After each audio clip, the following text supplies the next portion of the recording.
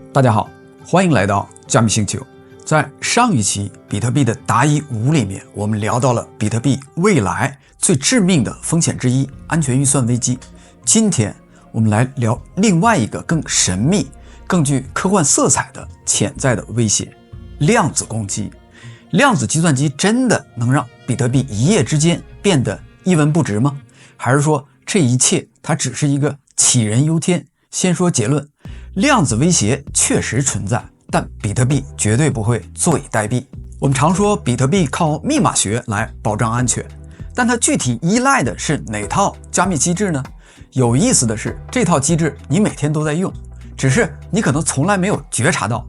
比如说你现在在浏览器里边，你打开 Google 或者其他的网站，看到地址栏里边的小锁了吗？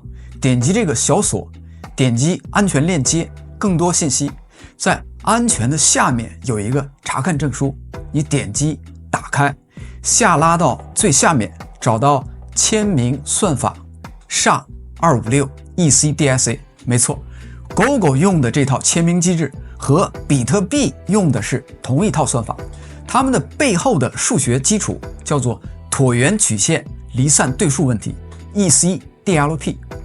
简单来说， Google 用私钥签名来证明服务器身份，你的浏览器用公钥验证它没有被篡改，你的比特币钱包用私钥签名交易，矿工用公钥来验证你就是这笔币的拥有者。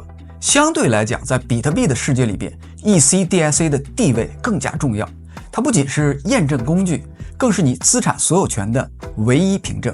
没有它，无人能证明你就是币的主人，没有它，全网节点将拒绝所有的交易。可以说 ECDSA 就是比特币信任机制的心脏。接下来呢，我们来看看整个比特币交易的流程，这样的话你就能理解量子攻击的切入点到底在哪里。想象你要给你的朋友转一个比特币，整个流程到底是怎么运作的呢？这和传统的银行完全的不一样。在加密的世界里边，没有银行，没有客服，一切都靠代码和数学来驱动。我们来一步一步来看。那么第一步，创建交易，这就像贴一张支票一样。比如说我打开我的 Trust Wallet 的钱包，我输入朋友的比特币的地址，输入金额，然后点击发送。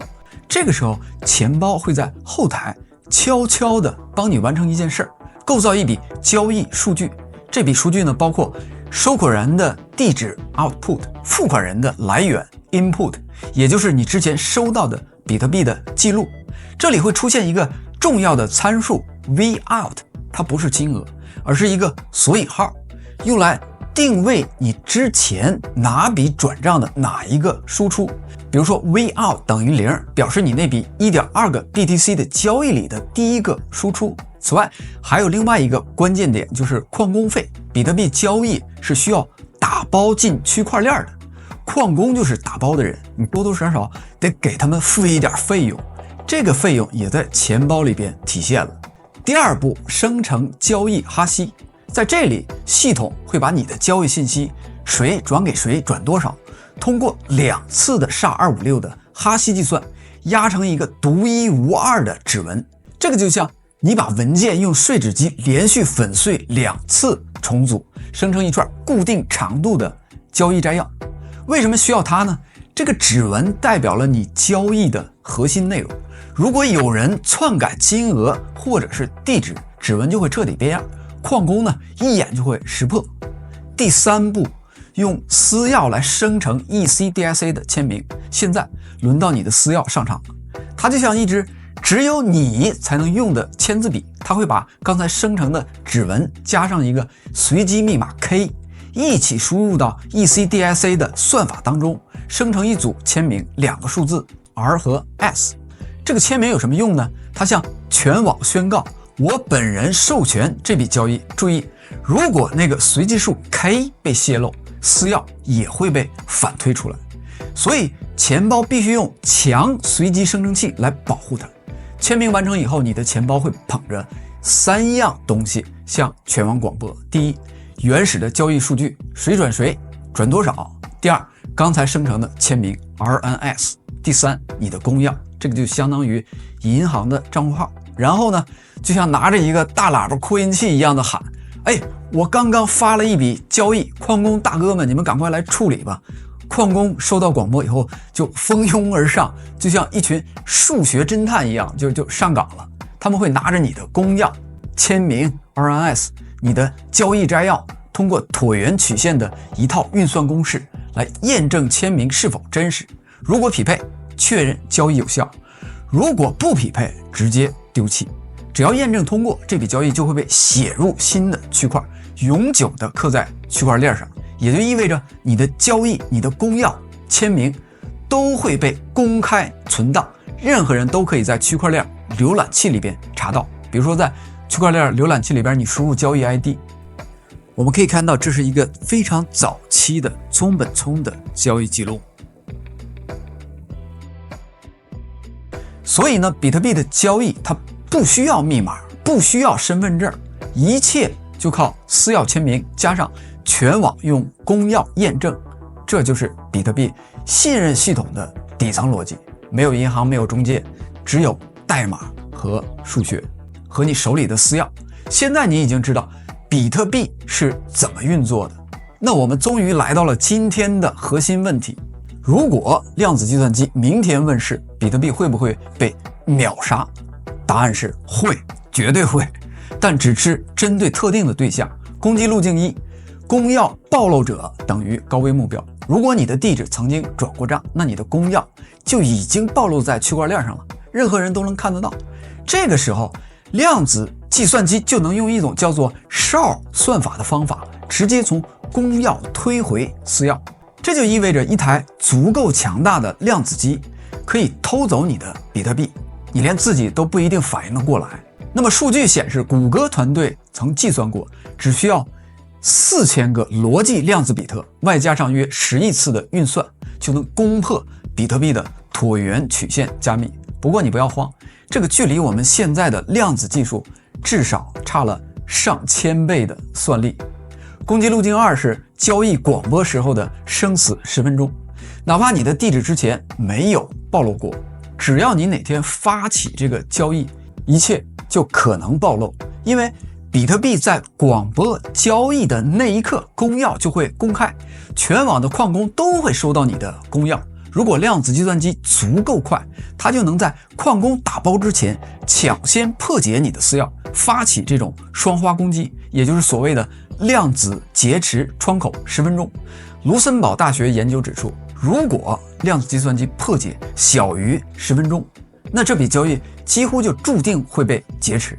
最戏剧性的问题来了，中本聪沉睡的这110万枚的比特币会不会被量子计算机强行的给它唤醒？答案呢，藏在2个平行的时空里边。第一个版本是永眠版，如果中本聪永远不转账，他的币的地址里面只有哈希，没有公钥，攻击者就只能暴力破解160位的哈希，这个难度相当于穿越整个宇宙的级别，几乎不可能。第2个版本是苏醒版，如果哪天中本聪真的动了他的这笔钱110万枚的比特币，他一广播交易，公钥立刻就会暴露，量子攻击立即启动。如果破解速度小于10分钟，人类史上最大的财富转移会发生在1个区块的时间以内。那么量子攻击的这一天离我们还有多远？好消息是，目前这些量子攻击还停留在实验室和论文阶段，距离实战的级别还差得非常非常远。全球顶尖的机构给出了类似的预测， NIC 美国国家安全局预测是2040年左右， NIST 美国标准与技术研究院预测是2035至2040年之间。Google 和 IBM 则更保守，他们预测是2040至2050年之后，也就是说至少还有10几年甚至几十年的这种缓冲期。为啥需要等这么久？主要卡在3座大山上。技术障碍1，物理量子比特数量太少，目前世界纪录是 IBM 在2023年造出来的127个物理量子比特，而攻击比特币签名至少需要4000个逻辑比特，而这个逻辑比特就等于错误校正后的稳定比特。换算下来就是需要上百万个物理比特才能够撑得起来。所以比特币被秒杀这件事儿，光硬件就差了几十个的数量级。技术障碍二，纠错的成本太高。量子系统很脆弱，一个小干扰就可能导致整个计算失败。想要在实际当中使用它，必须拥有超高密度的容错机制。目前实验室中的纠错率还远远不够，我们需要的是错误率低于千万亿分之一的错误率。现实当中呢，只能做到千分之一的错误率，目前的这个差距还是非常之大。技术障碍三，容错计算能力的不足。哪怕比特足够，误差够小，还需要让计算连续进行而不崩，这个能力目前在实验室几乎为零。所以说，想要量子毁灭比特币，至少得等个10几年。面对量子威胁，比特币的社区也并非一点准备都没有。事实上，社区已经在积极的准备多种的抗量子方案，从协议到硬件布局已经全面展开。方案一是升级抗量子签名算法 BIP 0351，开发者提出了使用 Sphinx Plus 的新提案，这是一种基于哈希的签名的方式，天然对量子攻击免疫。签名文件从原来的 4K 优化到了 1.5K， 更适合实战使用。方案二是 Taproot 加上 Snow 的组合防御。Taproot 的升级带来了2大优势：密钥聚合一次交易中只暴露1个公钥，这会减少攻击面的 87%。第二是 PQC 隔离见证，为抗量子签名准备了专用的通道，未来可平滑的切换。方案三是交易所和钱包厂商，他们已经启动了防御方案。Coinbase 计划在2025年推出量子保险库。Lyra 硬件钱包将内置双签名系统，一份呢是传统的 ECDSA， 一份是抗量子的 Sphinx Plus。未来就算你不懂代码，钱包也能自动的帮你选用更安全的签名方案。方案四是社区的模拟器，你甚至可以自己玩量子计算的模拟器，感受一下这种攻击路径。这里我给你一个链接，是 Quark 量子电路模拟器，你可以自己去玩一玩。那么总结一下，比特币不是一潭死水，而是一个会自我升级的系统。只要量子威胁出现的足够慢，社区呢就能有足够的时间升级机制、切换算法。这就像一次操作系统级别的更新，不会一夜灭顶。好了，说了这么多，那么最后呢，我们来总结一下，量子攻击确实是真实存在的潜在的威胁，它打击的就是比特币的核心机制 ECDSA 签名机制。但你也要知道，第一，离真正的可行的攻击还有10到20年的距离。第二，比特币社区早已经觉醒了，并在不断的部署防御方案，从算法替换、Taproot 优化到钱包的硬件升级，每一步都在为那一天提前做准备。